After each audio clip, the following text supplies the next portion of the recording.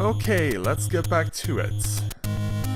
So now we have this very interesting little slalom section for these ducks to be going around. And what? Wrong button! Wrong button! Yeah, I'm gonna bring the fight to them this time.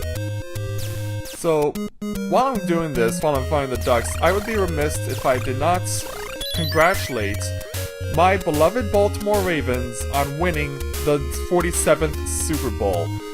Ravens have been my team since they first joined the NFL, and I've just been a huge fan of them ever since, and I'm happy that they've won their second Super Bowl, especially since they get to send Ray Lewis out in style with the Lombardi Trophy, and that just brings a smile to my face, and I'm so proud of him, and I'm so proud for the entire team that they got to do that for him.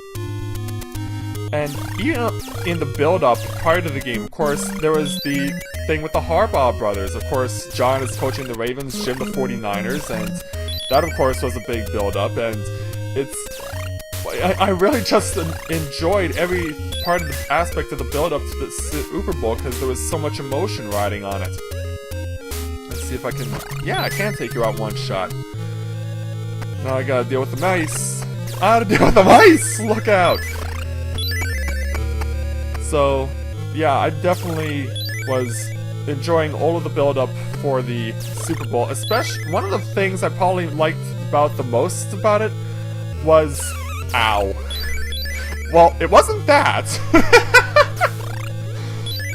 Probably one of the things I enjoyed the most was the introduction to, at least to my knowledge, of a TV show that I never heard of before, but was part of the build-up. Apparently the NFL has commissioned an animated series called NFL Rush Zone, and I really enjoyed that show. It was part of the build-up, and they even had an episode where the Harbaugh brothers were featured, and John gets hypnotized by the enemy, and that was a shame that... Why should the older brother, John, get hypnotized? Shouldn't the younger brother, Jim, be more jealous of his brother's success? I thought that's what... I think they got the plot backwards. But, hey, it was still fun to watch that show, and I wanted to find out more about it. So, went online, and got to see the various aspects of it, the show, and what's really cool about the show, at least on my side, is the fact that because I'm living in Canada, even though I'm living in Canada, I don't have to worry about national restrictions on watching past episodes from the seasons of NFL Rush Zone, which means I can watch it whenever I want, and there's no restrictions! So someone like me can actually watch the show and enter the Rush Zone. So thank you to the NFL for showing some love for the Great White North. And I'm sure this lady would like to show me some love, but I think that I'm going to not worry about the chalice, because I'm pretty good on that. It's always good to have a little extra health in case you need it, so I got myself the bottle there, which is a backup health in case I run out. And that's pretty straightforward. So yeah, definitely enjoyed watching the past episodes of the Rush Zone. And one of the cool things about it is that the lead characters, the heroes of the show, each of them has their own favorite NFL team, and you could tell that by the colors of the shirts that they were wearing. And two of them I could figure out right away. I saw Cleveland and San Diego, and I could figure those two out right off the bat. And I also... And two of the others I thought were jerseys or colors of teams that I thought were one, but were actually another. One of them I thought was clearly the Oakland Raiders, but it turns out that wasn't the case. It turns out the guy who was wearing the Oakland colors was actually a fan of the New Orleans Saints. But given his attitude towards the game and towards other people, a Saint he ain't. He is definitely Oakland Raider material, and he's definitely got the commitment to excellence mentality going. So now I gotta deal with this double wave of enemies. Yeah, they're coming from all sides. Yeah, it's just like a football game, they're coming from all sides! And then I found out that one of the the other team that I thought was Buffalo on the shirt that the girl was wearing because it looks like the Bills' current road jersey. Turns out it wasn't actually the Bills, it was actually their divisional rivals, the Patriots. To which, when I found this out, I was thinking to myself, well, that's not much of a surprise. I mean, she's a girl who just jumped onto the Brady bandwagon. That's not really a surprise at all.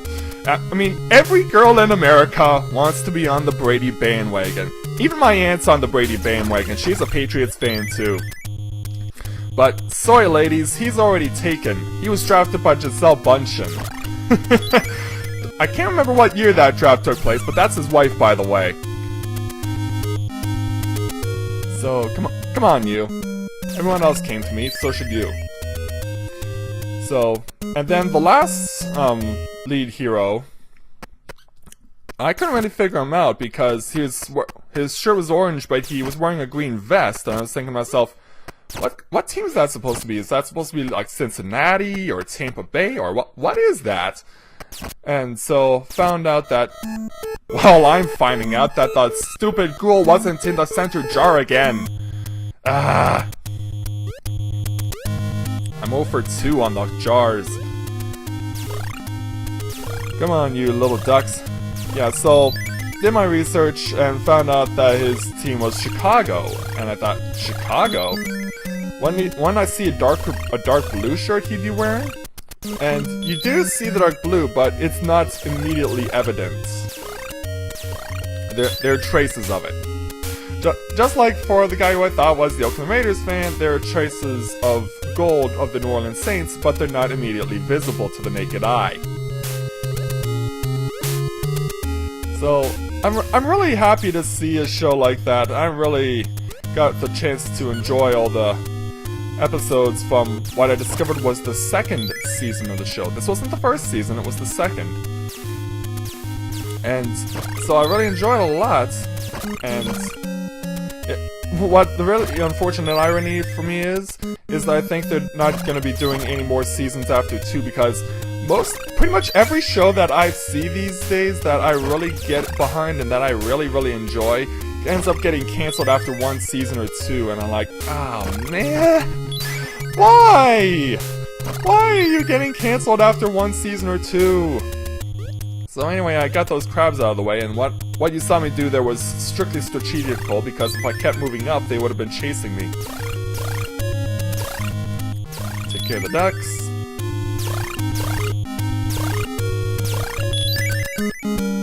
Pacing yourself, man. And no more coming. Oh, more crabs. More crabs, but we're not having crab cakes. Yeah, another Baltimore reference there. Hey, that's how much I love the Ravens. Come on, over to Papa. Ow! Okay, will you stop jumping to the opposite side? That's how I got a game over in a blooper that I'm gonna be showing later. And if this keeps up, I'm gonna end up with another blooper. Come on. Okay, he should be out of danger now. Yep. Get rid of you guys. Yeah, if you know what you're doing, you can pretty much make these guys harmless. And no more coming, so we can keep going. And more duckies. More duckies!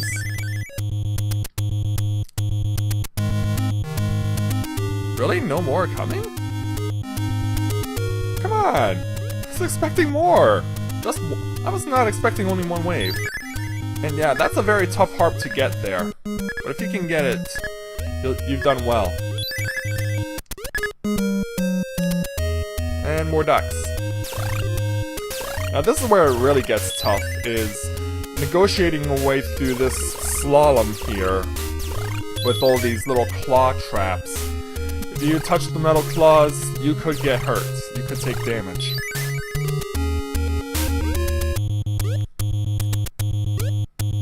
And now I gotta avoid the crabs. I'm being chased here. There's no way you can actually get access to them, so I'm just running for it.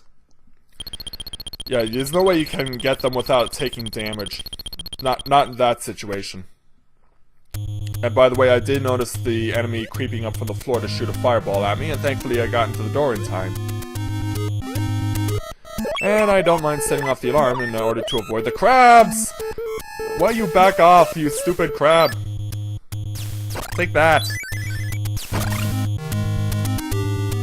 I have to kill more crabs now, don't I? Come on. Ah, good. Yeah, go away! Not so worried about the hearts as I am about getting rid of these guys ASAP. Whoa! Okay, that should have been damage right there. I got off there easy. They let me go there. How the heck did I not take damage? We need contact. And my voice is going here. Keep it together, Matt. Keep it together.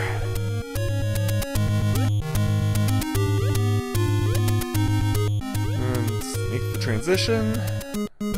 And now we gotta deal with the left-right platforms, and I can tell I'm getting close because we can start seeing the purple bricks now. And hey! Where'd you come from? You didn't do that the last time. The last time you were guarding the door. Well, I'll take care of you just the same. Although, I do understand that if you were guarding the door, that getting rid of you would have been a lot harder. And more crabs. More crabs.